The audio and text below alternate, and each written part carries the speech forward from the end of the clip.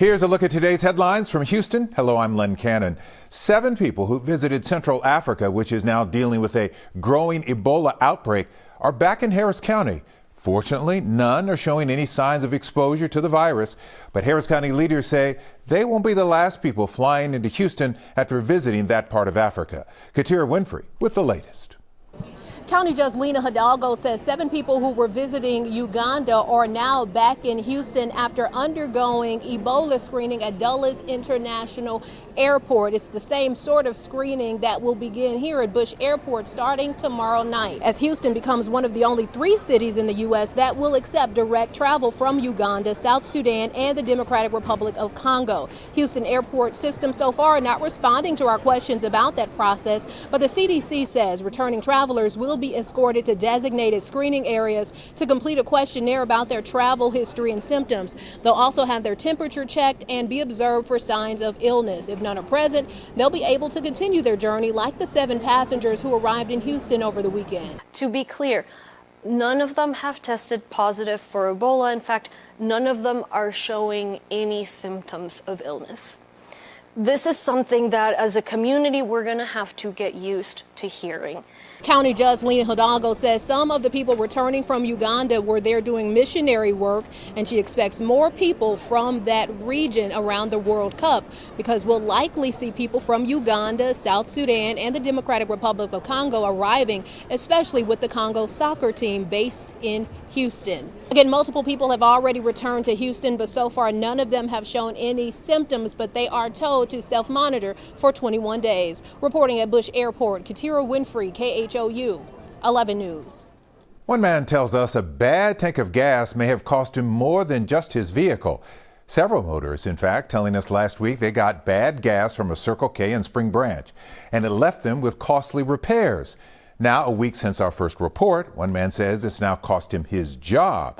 Troy Kless went back to the station, pushing for answers. Today's my birthday. It's one thing to have a broken vehicle. Jack Tillett's SUV now sits at a friend's mechanic shop. Here it is. Where it's no longer running, leaving Tillett at a loss. Cannot work. Completely unemployed because I drive Uber since last Saturday. Lost my apartment in town suites weekly. I can't pay that.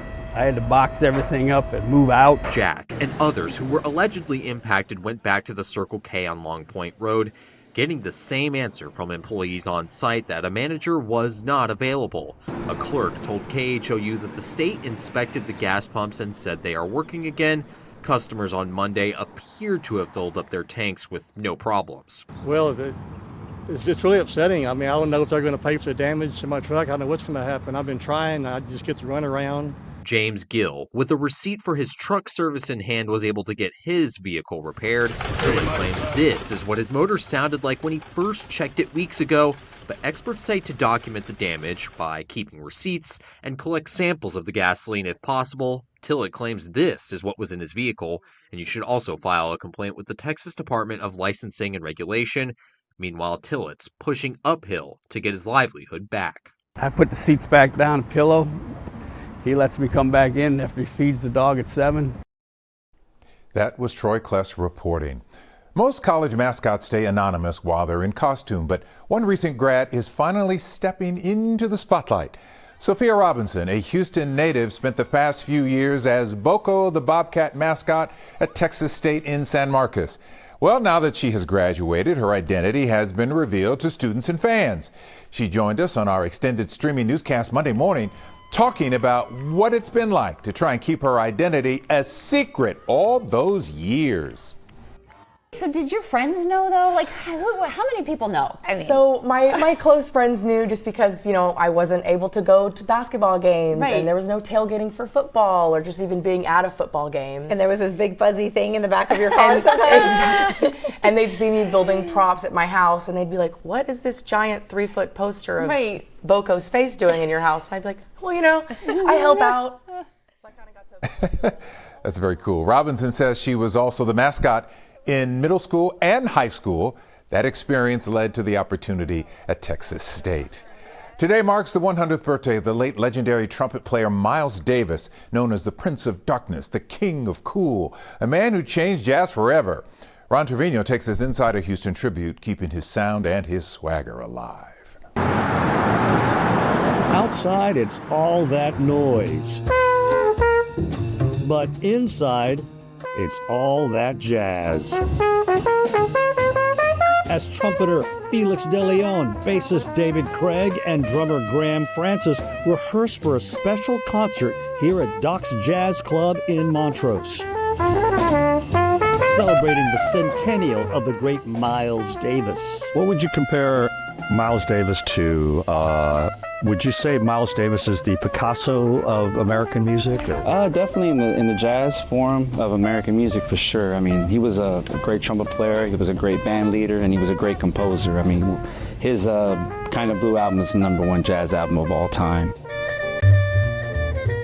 Miles Davis, the personification of cool. He didn't just play jazz, he reinvented it again and again. His sound and innovation made him one of the most influential musicians of the 20th century, inspiring generations of artists even now.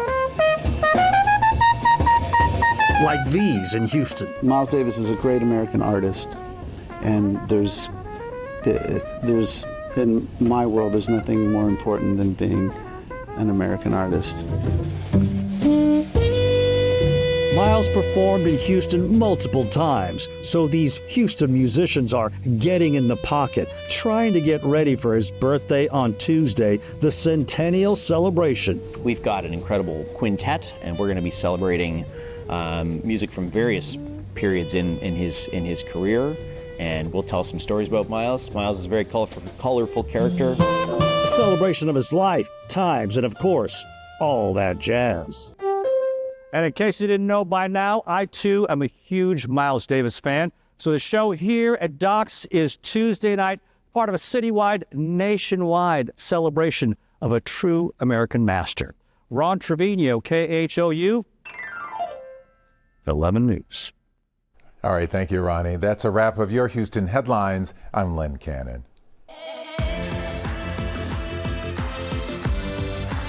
I'm Chris Lawrence with your top stories in North Texas. Over Memorial Day weekend, there was a violent altercation off Mansfield Highway in Seminary Drive. We should warn you, the new video may be hard to watch. Here's Mitty Hicks. In this surveillance video, you're looking at the driver, frantic, trying to get help for his 17-year-old front seat passenger who's hunched over in this gray Chevy Silverado after being shot in the head. This individual was treated by the Fort Worth Fire Department and transported to a local hospital in critical condition. Police believe that shooting began with an altercation on the road here on Mansfield Highway in Seminary Drive. According to police, the victims said that they were involved in a road incident, and that's when a passenger from the other car began shooting at them. According to police, when the two drivers stopped at a red light, a passenger from the other vehicle shot into the truck where the victim was riding. We have made an arrest on an individual. Police arrested 41-year-old Jose Alfredo Camargo Madrigal. He told police he was in the passenger seat and his son was driving. He was picking up baby formula before police say he shot into the car. Police charged him with aggravated assault with a deadly weapon, but his charges could change. We want this victim to pull through. If this victim unfortunately does not, then the charge will be upgraded to murder. In Fort Worth, I'm Mitty Hicks. Another crash claimed the life of a 19-year-old student who was driving home to Red Oak after finishing her freshman year at LSU. Here's Richard Solomon. To know Courtney Hodge is to know the best part of their family. She was just a great big sister, just a great daughter, a great granddaughter, a great friend. Her parents, Brian and Shaquina Jackson, say their daughter was loving, a friend to everyone, and a big sister to 7-year-old Carter. And she was the best sister that I could ever have, and she was my best friend. That's why this is so hard. It can't be okay, right? There's no okay. On Friday, Courtney was headed home from college. She just finished her freshman year studying political science at LSU after graduating from Red Oak High School last year. Her mother was working that day at the same elementary school she went to. Before I left work, I had already texted her. I was like, hey, refresh your life 360. She didn't respond to that. Then came the messages no parent ever wants to send, begging her daughter to respond. And then a phone call. no family is ever prepared for. I get a call from a number I didn't recognize. Courtney died in a car accident in Louisiana, and her family drove down immediately when they got the news. So we can see her and let her know that I was here and that she didn't have to be by herself and be afraid. And even now, they are still so proud of their daughter. Courtney had a really big heart, and she was the kind of person that was a friend to all. She graduated high school top 10 of her class. She was a former cheerleader and a soccer player, and her favorite artist was Tyler, the Creator. She knew every single word from every single album, could recite it all. Because even in the midst of this heartbreak, And we have really good memories with each other. they know their daughter's love surrounds them. Yeah, so that's one thing I'm really thankful for, is that. In Red Oak, I'm Richard Solomon. The graduates of North Crowley High School received their diplomas Monday, a day after they expected to. Brittany Costello shows us why some parents were upset after weather shuffled their plans. Class of 26 ain't ready. North Crowley High School graduates and supporters filled the district stadium on Monday. Darian, we love you. With t-shirts and cardboard cutouts to celebrate a milestone. It was very exciting. Despite the setback over the weekend, when Chad Poole says he was turned away from graduation on Sunday. They said, oh, it's canceled. But now I'm like, y'all just had some backups, man. We did everything inside, something like that. Thunderstorms forced the district to postpone until Monday. Families say the last-minute change impacted everything from planned parties to attendance. I think all graduations should be indoors, to be honest. That's not an easy solution, according to district officials who say there aren't many venues that can host 700 graduates and thousands of families. Superintendent Dr. Michael McFarland posted to social media Sunday. Delayed is not denied. We're going to celebrate tomorrow. The district says Monday had been communicated as a possible alternative in advance, though Tiffany Purum, who had to rebook flights to make it to the Monday ceremony, says she did not get that message. Not affordable, but manageable and for family. That's what we did. And many families who did attend Monday say they understand. I think Crowley did a wonderful job in pivoting and turning and making sure that they were ready for the crowd today. After a last-minute lesson in perseverance, the students of North Crowley class of 2026 finally celebrated their accomplishments. Congratulations to the class of 2026! In Fort Worth, I'm Brittany Costello. A student athlete in Dallas is making history for earning an international soccer scholarship. Cynthia Izaguirre has the story from Lincoln High School. Okay, listen up. We're going to start practice. What do? Get busy! Take a warm-up lap. At Lincoln High School, they like to say they create Lincoln legends. We pro now. And senior defender Joe Gonzalez, known as Captain Joe, In twos, let's stretch. Just give us our Johnny. is living that out every time he steps on the field. You should be feeling that calf muscle. When we have a little cookout or something, we'll probably be playing in the backyard. We used to call it a cascadita. Soccer has been with Joe since childhood. My whole family was into soccer, but my brother was like the connoisseur of soccer. Got one more? Yes, sir. The passion is something captured in early family memories. I fell in love with it. That love turned serious in middle school, and by freshman year, Got two brothers. Uh-oh, baby brother gonna get him. Joe was already playing varsity Focus on your touch. against older, stronger competition. I went into varsity as soon as a freshman, and I got thrown right into the fire. Coach Stanley Haynes says Joe didn't just adjust, he led. He had the commitment. He had the responsibility. He was very motivated. I knew this kid was special. By sophomore year, the nickname Captain Joe stuck, and so did his impact, helping push Lincoln into the playoffs and changing the identity of a program known for other sports. Wasn't a soccer program, but now it is a program. Joe is actually creating his own legacy. Now that legacy is going international. Joe has become what Dallas ISD believes is the first student in district history to earn an international soccer scholarship, headed to Preston, England, to attend the University of Central Lancashire. Their level was what I was looking for. His brother says the next step is no surprise. I'm very proud because where he's going, in Europe, the levels are a bit higher. Aquí, man, hola. Off the field, Joe is just as accomplished. My bad, man, you good? Buena. Nice touch, Ivan. Earning his associate degree through early college. I'm gonna graduate salutatorian, so I'm second in my class out of 130. His mother says that success comes from years of determination. Desde chiquito, siempre lo que él ha querido, siempre lo ha tenido. You got Johnny with you? And while Joe is preparing to leave home alone for the first time, his father says faith No go. will travel with him. Donde quiera que vaya, yo sé que siempre él, como él. That faith, Joe says, has carried him through every stage of his journey. Now it's carrying him toward a new one overseas. Yeah, going and flying. I'm not scared, but I'm just very excited to go. Cut. That's it. Before he leaves, he's also looking forward to something closer to home. Can I get that camera? The World Cup coming to North Texas. All my life, we were just seeing it on the TV. To be able to have that, like, almost in my backyard, is definitely life-changing. Tiempo, yes. From backyard games to Captain Joe. That's it. From Lincoln High School to England. Nice. One Lincoln legend. No, it was gonna be hard for him to go across. Is just getting started. Yes. Hold the ball, get a new man in the middle. And we wish Joe nothing but the best on his journey overseas. And those are your headlines from North Texas.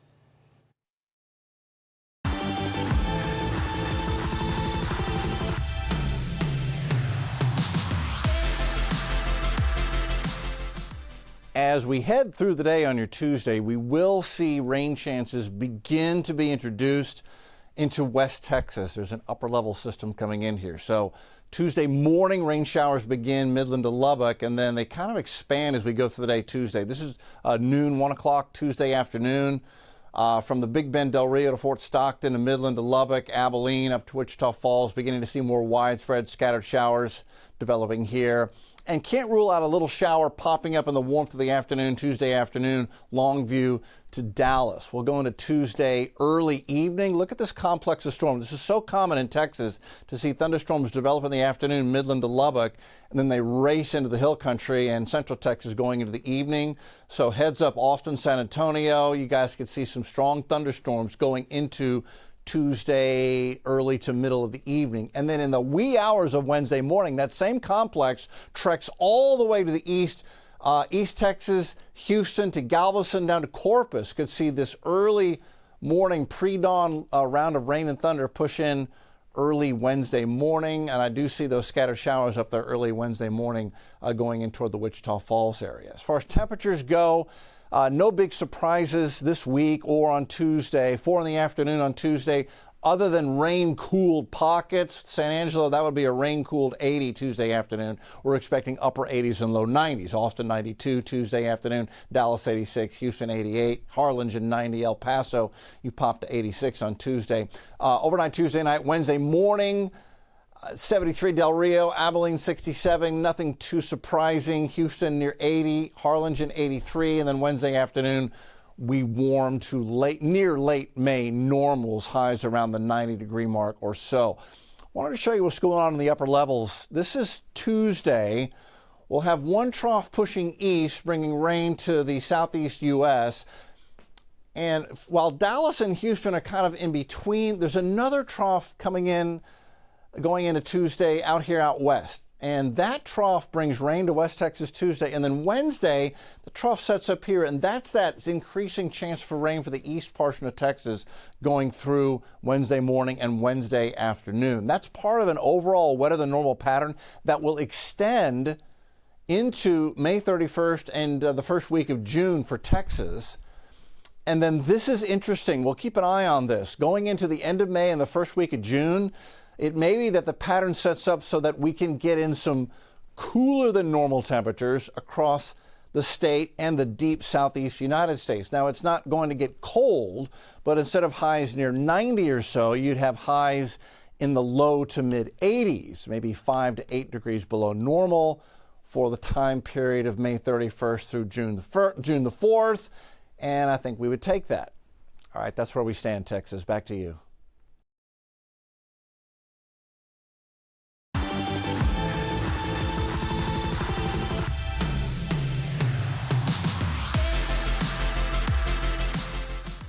I'm Quita Culpepper in Austin, and you have until Friday to weigh in on the state's 2027 water plan draft. That will drive tens of billions of dollars worth of water developments in the decades to come. But some water protection advocates say there's one big thing missing from the draft: the impacts of controversial data centers. Here's KVU's Darrenisha Herron. Floating with sandwiches and drinks in hand, the joys of a nearly full Lake Travis on a sunny Memorial Day. But some say this will not last.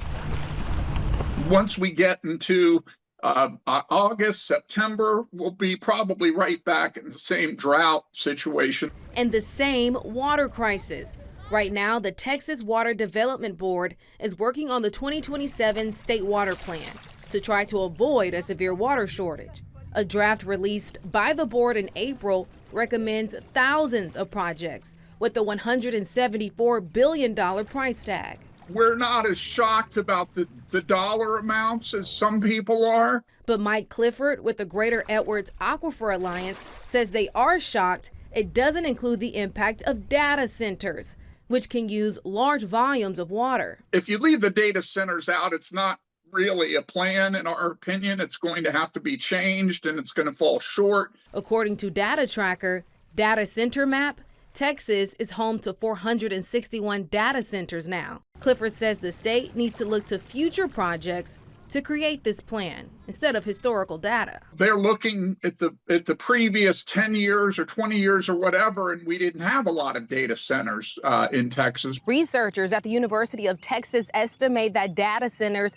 could make up to 9% of the state's water use by 2040. That's potentially more than the oil and gas industry that same year. We are in a serious situation where we could run low on water. Water Development Board members have said they need everyone to weigh in. If the locals are not bought in on this and they don't actually put all of these wonderful strategies that the chairwoman was just talking about into place, then when they get a drought, they're in trouble. Clifford says if the cost of the plan goes up, that's the price of leading the country in data centers. But he hopes those companies will be forced to pay up and not cost us. In Austin, Darrenisha Herron, KVUE News. If you want to give feedback on the draft of the 2027 water plan, you have until 5 o'clock Friday. And to learn more, head to kvue.com/links. Cap Metro's bike share service remains offline. That's because of a fire at the facility on Sunday, damaging bike batteries and chargers. Transit leaders haven't said much more than that, only that they don't have a timeline for when bike share will be back online. Present fire! On Memorial Day, members of the Sons and Daughters of the American Revolution held their annual service at the Texas State Cemetery. Those involved wore different attire for each war represented. Colonel Ian Vargas, a local Army officer, delivered the keynote address. He says the goal each year is to make sure those who paid the ultimate sacrifice are never forgotten. The Texas State Cemetery holds the stories of Texans who served, led, built, sacrificed, and shaped the history of this state. We remember the soldier who left home believing they would return. We remember the families who waited for a knock at the door that changed their lives forever. We remember the mothers and fathers, husbands and wives, sons, daughters, brothers, sisters, whose sacrifice did not end on the battlefield, but continued in the hearts of those they left behind. Chief Justice John Marshall. The service also paid tribute to two unique figures, Lieutenant Robert Rankin and Sergeant Stephen Williams. They're the only Revolutionary War soldiers buried in the Texas State Cemetery. Descendants of both men were on hand to share their stories. The city of Austin is rolling out a new public dashboard tracking job vacancies across city departments. City leaders are pushing for more transparency in the budget process. The new vacancy dashboard shows how many positions are open in each department, how long they've been vacant, and how those numbers have changed over time. The tool also tracks vacancy rates, the longest open positions, and how many jobs have sat empty for more than 2 years. City policy is to cut any positions that have remained vacant after that long. The dashboard will be updated monthly and made available to the public through the Austin Budget and Organizational Excellence website. Community advocates in Pflugerville are working to keep their neighborhood's story alive. The city has been investing in infrastructure improvements for a historically neglected part of town. KVU's Daniel Gomez explains. Driving down West Pecan Street, right where St. Mary Missionary Baptist Church stands. The historic colored edition, the colored edition, really is a sacred space in Pflugerville. Mimi Stiles tells us the space holds a dark chapter of the city's history. It's a complete block of land.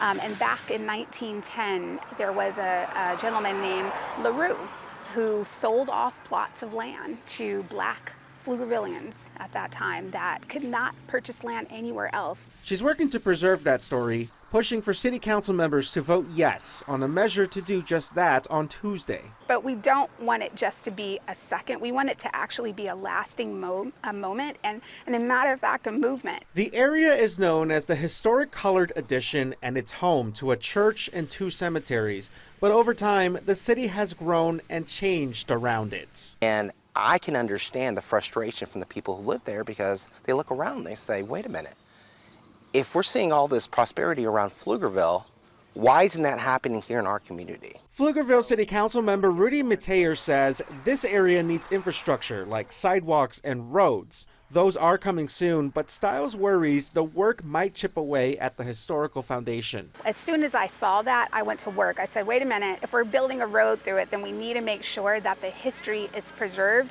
and the history is front and center. She hopes the beautification plan for the land allows for preservation as the city invests millions to help this community catch up. I see no division.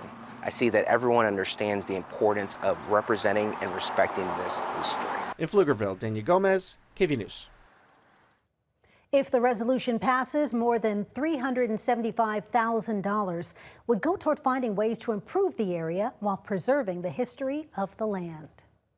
Starting June 20th, the city of San Marcos will start charging entry fees to out-of-towners visiting Rio Vista Park. That fee will cost $5 and apply on weekends and holidays through Labor Day. Locals can still get a free pass by registering online, though the system is still being finalized. The city says the revenue will help cover the more than $500,000 it costs to operate the park during the busy summer season. And that's all from us here in Austin. Hope you have a great day. Hi, I'm Brennan Gurley, and here's what's making headlines across East Texas. Memorial Day isn't just an extra day off. It's a time to pause, reflect, and remember those who gave everything for our freedom. Several events took place across East Texas to honor fallen heroes and support their families. Jamie Hazard has more. For many, Memorial Day marks a holiday and the start of summer. But in Tyler, community members gathered at Tyler Memorial Park Cemetery with another purpose: remembrance. The ceremony honored America's fallen service members through military traditions, including the posting of colors, patriotic music, tears, a 21-gun salute, and the playing of taps. Among those attending was Tyler Recruiting Company Commander Captain Samuel McMurray, who says ceremonies like this matter now more than ever. With service not being as widespread as it used to be in the past, the ability to bring together veterans from all different wars and bring together families that have sacrificed through all different generations, and I think it's just truly an incredible and beautiful something. McMurray says Memorial Day is more than a holiday. It's a reminder that sacrifice helped shape the country generation after generation. Every family, every service member, every veteran has given something to make this country incredible, especially as generation after generation after generation truly understand sacrifice and truly understand what it means to give everything for a nation. Among those attending was Robin Goodwin, a Gold Star mom, a title given to parents who have lost a child in a military service to the United States. Goodwin's son, U.S. Army Specialist Alexander Missildine, was killed serving in Iraq in 2017. Goodwin remembers her son as a gentle giant with a heart for helping others. Now, her family honors his memory in unique ways, including leaving behind toy soldiers in places he never had the chance to see. We like to leave those in lieu of him being there in hopes that someone will find it and remember that our military is important. She says the tradition is also about teaching younger generations the meaning behind Memorial Day. educate our younger generations about the significance and the importance and what these soldiers are putting on the line for us. And as taps echoed through the cemetery and bagpipes played Amazing Grace, organizers and families shared one message: that Memorial Day is not simply about a day off, but about remembering the names and sacrifices that made freedom possible. In Tyler, Jamie Hazard, CBS 19. As families across East Texas headed to the lake for Memorial Day weekend, Lake Palestine Resort is still rebuilding from an EF1 tornado that tore through the area 2 years ago. CBS 19's Nayeli Carrillo shows us how the community is now moving forward. For many East Texans, Memorial Day weekend means time on the water, fishing, boating, and making summer memories at Lake Palestine. And we went out and we caught a bunch of fish. But 2 years ago, this same holiday weekend looked very different. It was a nice, beautiful day like today, and all of a sudden there was a thunderstorm and no warning at all, and most of the RV park behind us was completely demolished. An EF1 tornado with peak winds of 105 miles per hour moved through the area. Fishing guide Jim Beggerly has been on this lake for 25 years. He says he watched the storm rip through the resort. But when it hit those lightweight aluminum roof boathouses, it blew them all away. It turned them to garbage instantly. All three of those boathouse roofs were in the water and gone by the time before I even got across the bridge. Now, just ahead of Memorial Day weekend, boats are back on the water, but signs of the storm still remain. I can look around and look over there and see the missing row of 7 cabins over there. The scars of the tornado are still very much here, and they probably will always be with us. Despite that, General Manager Michael Wolf says they're preparing for a busy holiday weekend filled with live music, fireworks, and families on the water. Never take anything for granted. It's amazing when you go through a disaster like that, how the local community will really come out and can give you some support and help. The resort says its final major rebuilding project will be a third boathouse, adding about 50 new boat stalls. Staff say they're looking forward to a safe summer season as families return to the lake. Reporting from Lake Palestine, Nayeli Carrillo, CBS 19. And that's a wrap up for East Texas headlines. I'm Brennan Gurley. Hi, I'm Leslie Adamy in Corpus Christi, and here's a look at some of what's happening here in South Texas. From the crystal clear Frio River to the receding shoreline of the Choke Canyon Reservoir, water is shaping the fortunes of communities across Central and South Texas. For some businesses, it is drawing crowds. For others, its absence is driving customers away. Michael Gibson and meteorologist Carly Smith traveled from Leakey to Callahan to show how local livelihoods rise and fall with the water.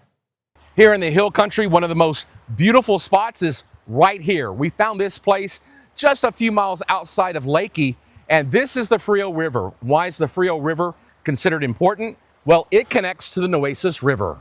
For 6 years, Rob Goebel has owned the cabin complex known as Riverstone Cabins, tucked away off Highway 83 north of Leakey. Before that, he was a very successful high school football coach. But after COVID, he decided he didn't want to return to coaching.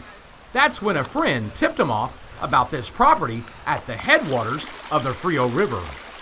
He brought me over and showed me this place, and yeah, it fell in my lap. You know, it's a God thing. Goebel says the property needed a whole lot of work, but he and his wife were able to transform it into a destination for visitors looking to enjoy the river and all the natural beauty around it.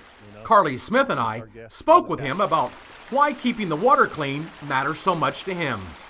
What does it mean to you when it comes to like conserving this type of water? Keeping it clean and beautiful. And yeah, it means everything. You know, that's why we're real picky, and the state does a good job helping us too. But you know, we don't have motorized vehicles. We don't have anything in here. It's life. You know, this is not only what I drink and what keeps me sustained. It's what sustains my livelihood, right? Further south, where the Frio River feeds into Choke Canyon Reservoir, the story is much different. At the Cattleman's Store and Restaurant in Callahan, Erica Gonzalez says low lake levels are continuing to affect their business. The restaurant sits near Choke Canyon, and she was hoping that fishermen, boaters, and tourists would be stopping by. But with the drought continuing, those people simply aren't making the trip. It's been okay. We know that the lake does affect us tremendously because there's not a lot of people that are coming in. Gonzalez says the impact goes beyond the restaurant itself. The business also has a convenience store and bait room ready to open. But for now, both remain closed because the traffic is simply not there. We have the restaurant, but we also have the convenience side, and we haven't even opened it yet because we don't have this traffic coming through that we would. From the clear waters of the Frio River to the struggling shoreline at Choke Canyon, business owners say one thing is clear: water is not just important for recreation. For many people across Central and South Texas, it's tied directly to their livelihoods. Michael Gibson, 3 News. And some of those business owners are now breathing a sigh of relief following a week of heavy rain. This is Choke Canyon after nearly 6 inches of rain fell across the region. Water has returned to parts of the shoreline where a wide stretch of white sand had emerged during the drought. That surge of water is also bringing, though, new challenges. Just a few miles away, the Atascosa River is carrying a massive amount of muddy runoff into the Frio River. Flows are running about 16 times above normal, and that water is expected to eventually make its way to the Nueces River and Lake Corpus Christi. But in 3 Rivers, the muddy conditions are creating a headache for the city's water treatment plant, where crews are using additional chemicals to keep the water safe to drink. With all that mud that's coming down, we have to find different ways to treat all that different mud. There's 4 different types of mud that's coming down the Atascosa right now. We're keeping an eye on the river levels and on our mud and see what we're doing to treat it. And with conditions changing by the day, plant operators are tracking the water closely, even using a dry erase board to make real-time adjustments as the muddy water continues to flow through the system. And that's a quick look at some of what's happening here in South Texas.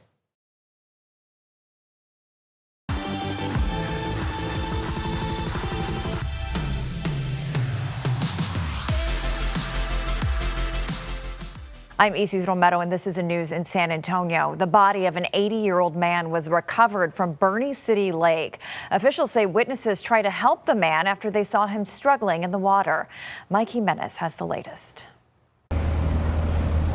It was around 2:30 Sunday afternoon when first responders were called out to Bernie City Lake for a drowning involving an 80-year-old man. The preliminary investigation indicates to us that a gentleman went into the water. We're not sure of what caused him to do that.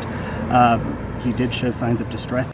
Authorities say the man was with family. Then people on the shore saw him struggling in the water and tried to help him. Unfortunately, he had gone underwater and they were unable to retrieve him before. The drowning caused Bernie officials to close off the area around the lake. A recovery operation started, including Texas Parks and Wildlife, Kendall County EMS, Bernie Police, and fire. Currently, right now, Bernie firefighters are sweeping the water looking for this individual. After a nearly 4-hour search, authorities found the man's body in water 20 feet deep. As with any natural body of water, folks need to use their best judgment and precautions when entering. Here at Bernie City Lake, the clarity underneath the water is not all that great, as well as the topography. You can very quickly go from a shallow section to a very deep section of water and not even know it. Now, the man's identity has not been released, and the lake remained closed on Sunday. But officials say the lake will resume normal operations on Monday. Mike Jimenez, KINS 5. A Westside family watched 10 years of memories go up in flames. A late-night fire ripped through their apartment complex, leaving them with almost nothing, and their 2 cats are still missing. Now the family is trying to rebuild. Simone Simpson has their plea for support. Recording from inside a car, a mother consoles her daughter. Okay, it's okay. Watching what had been their home for 10 years reduced to ash. Call Yvette. This is Yvette Gill. 5 siblings, mom, stepdad. All victims of a blaze the fire department says tore through 8 to 12 apartments of the Togoni Villas apartments on Sunshine Drive near Bandera Road around 10:30 Thursday night. It wasn't because of neglect. It wasn't because they were being irresponsible. It was a freak accident that you literally only see on the news. According to the fire department, the fire started in the attic, and crews believe a lightning strike may have sparked the blaze and caused their 2 cats, Dusty and Tumbleweed, to scurry. We don't know if they may have ran out when the firefighters went through. Water damage, soot damage, like we're looking at a 95% loss of everything. But the Moreno family has not lost hope, launching a GoFundMe to help with immediate expenses. We do need the little help while we wait for the process of, the insurance, and that can be a lengthy thing. So we just need things for right now. The road to recovery won't be easy. Okay, it's okay. The fire has faded, but a glow remains. With the donations that we've already received, it's giving us a light at the end of the tunnel. Firefighters stated everyone made it out of the building safely. To support the Moreno family, we'll have a link to their GoFundMe on our site at KENS5.com. Reporting from the newsroom, I'm Simone Simpson, KENS 5. Fort Sam Houston National Cemetery officials held a Memorial Day commemoration ceremony. Rania Kaur takes us to the event honoring those who paid the ultimate sacrifice. The annual reminder to reflect. For Jerry Almanza is a legacy. I told my daughter here, Crystal, that as time goes on, she's got to carry the load. And so that's what's happening. It's visible in the flags they placed just days ago in front of the gravestones at the Fort Sam Houston National Cemetery ahead of Memorial Day. It's tough. The day that he goes and I have to carry on the legacy, I want to make sure that the younger generations know how important it is to honor those who fought for us. Protecting life, liberty, and the pursuit of happiness. There was a family who lost their father. A cost so many families had to bear. This celebrates my 30th year that I've been retired from the Army, and I'm lucky, very lucky. Here at the annual commemoration, community reminds those of the difference they made. It's not dying out. There were so many people here yesterday, and today there's going to be a lot of people here, in memory of all our fallen soldiers from all the wars, and we all deeply care about them, each and every one of them. Stories of sacrifice, never forgotten. Rania Kaur, KENS 5. For months, we've reported on lake levels that have worsened due to the drought. As Jeremy Baker reports, recent showers and storms are making an impact across the state. Lake lovers are loving the lake levels thanks to all the recent rain across South Texas, and they are flocking to the lakes, including here at Canyon Lake, lapping it up. I think it's pretty nice. Me too. Paisley and Tegan are from Canyon Lake, and they love today's warm, sunny weather. They were at the Canyon Lake Marina with their family to enjoy the waves in the water. Basically just swim, jump in, and have float around on our backs. Down here from the marina out toward the dam, it's still got a lot of water in it, and there's a lot of depth, so it's still a good lake to go boating on. David Lawrence from New Braunfels agrees with the girls and is here to take out his boat to bathe in the lake. The water's great, the boating's great. You just need to be a little bit aware that there are some hazards out further upstream where the depth of the lake is a little bit shallower. 1 year ago, Canyon Lake was about 44% full. Now it's about 58% full. Medina Lake went from about 2% full 1 year ago to just under 4% full now. Then there's Lake Travis that went from 41% full a year ago to close to 78% full now. We're just going to come enjoy a day on the lake with the family. Jojo is here with his daughter Brooklyn. He says tourists and locals alike love how the lakes have leveled up. We need all the rain we can get. Absolutely love the higher levels. Paisley and Tegan's expert advice to those considering being lazy on the lake? I would give them stay safe, be respectful, and be responsible. To take a look at all area lake levels across South Texas, we have links with this story on KENS5.com. Reporting from Canyon Lake, Jeremy Baker, KENS 5. And that's the news in San Antonio. I'm Bailey Bates. Here are your headlines from Central Texas. A former Waco attorney, Adam Hoffman, he was released early from jail. Hoffman was originally sentenced to 30 days, but after accepting a plea deal, it was doubled to 60 days. Hoffman was sentenced due to an ongoing sexual abuse case. The case has drawn much criticism from residents and lawmakers. Despite the increase of time in jail, Hoffman is still not required to register as a sex offender and also has to surrender his law license for 5 years, after which he can retake the bar exam. The McLennan County District Attorney's Office did recuse itself from the case as it was a conflict of interest. Mart city leaders are taking their next step in the investigation surrounding police chief and city administrator Shane James. This comes following his DWI arrest earlier this month. During a special city council meeting, council members unanimously authorized a formal written complaint against James, a process required in cases involving alleged police misconduct. The complaint stems from an incident reported May 13th in Waco, where police say James was arrested for driving while intoxicated while operating what appeared to be a patrol vehicle, which was unmarked. The city says James will remain on paid administrative leave while the investigation continues, and he will be given the opportunity to respond before any final disciplinary action is taken. During this time, the city has taken steps to ensure continuity of law enforcement services and city administration. The city remains committed to serving the citizens of Mart, protecting the integrity of the review process, and handling this matter in a fair, lawful, and professional manner. Well, the council also voted to formally ratify the appointment of Detective Rob Douglas as interim police chief and Mayor James Miller as acting city administrator until further action is taken. At this time, the city is declining to comment any further. Turning now to some very cute developing story out of Waco. A tiny new arrival at the Cameron Park Zoo is melting hearts across Central Texas, but this little ball of fur is also part of one of the deadliest cat breeds in the world. 6 News reporter Juliana Jackson shows us Maverick's big debut. He may only be a few weeks old, but Maverick is already stealing the show at Cameron Park Zoo. The black-footed cat kitten was born April 6, but his first few weeks of life weren't easy. First-time mom, she wasn't exactly sure what to do. We actually had to intervene, and Maverick has been hand-raised with us behind the scenes. Now, after weeks of around-the-clock care, Maverick is finally making his debut. And people are already falling in love, but don't let his size fool you. Black-footed cats are Africa's deadliest feline.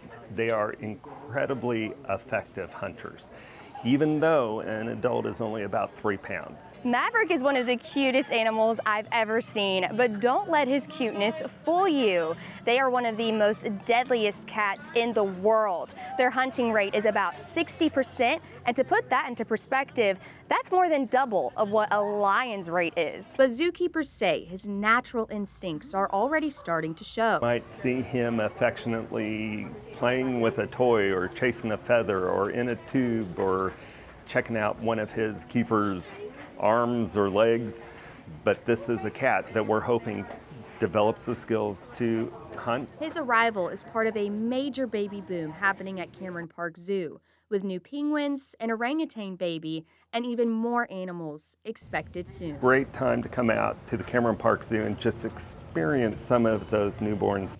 Juliana Jackson, 6 News. Oh, very cute, but fierce. Those are your headlines from Central Texas. Here's your headlines from Southeast Texas. I'm Mark Armstrong. An 18-year-old Orange man is going to face 15 years in prison after pleading guilty to aggravated robbery. Prosecutors say Raymond Donahue, he robbed a man at gunpoint inside of a Little Caesars in Orange last year.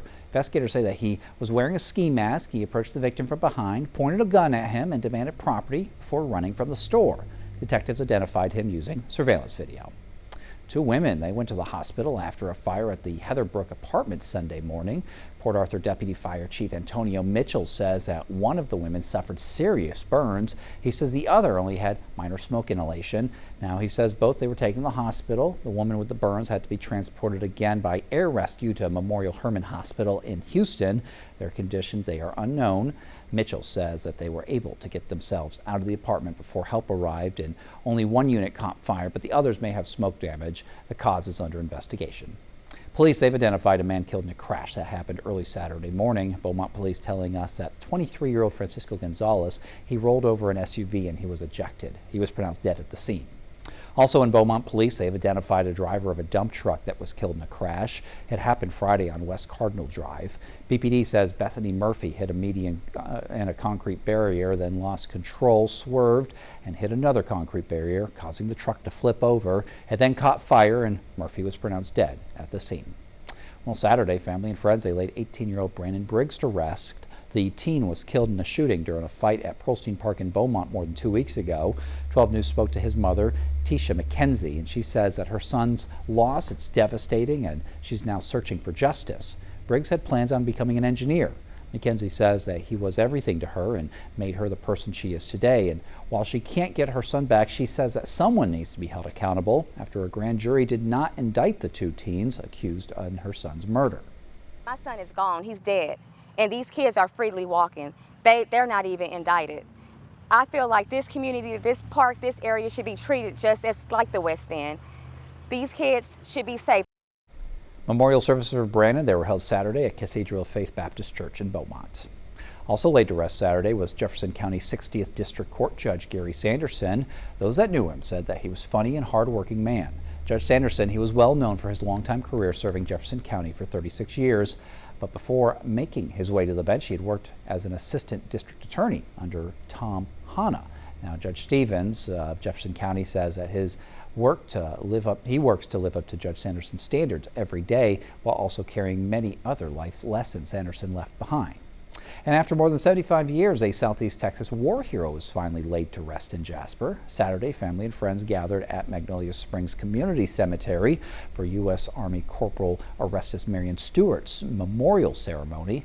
Stewart was killed in August 1950 while fighting in South Korea. His remains, they were later labeled as an unknown service member before being positively identified last year. 12 News spoke to his cousin when his remains were brought back from Houston. It's so important because he's a legacy within our family. He's my blood cousin. He's my second cousin. And I just want to support him and be there all the way because he is so special to us. Between Wednesday's procession and this weekend's memorial, Corporal Stewart's legacy and heroism, they brought together the entire community of Jasper. And a Beaumont firefighter is in the home stretch after running from Austin back to Beaumont. It's all for a meaningful endurance challenge. The journey, it is raising money to help fund a new roof for One City Church. It also honors the church's longtime pastors whose ministry began at what was now Calvary Worship Center in Austin. And those were the headlines from Southeast Texas.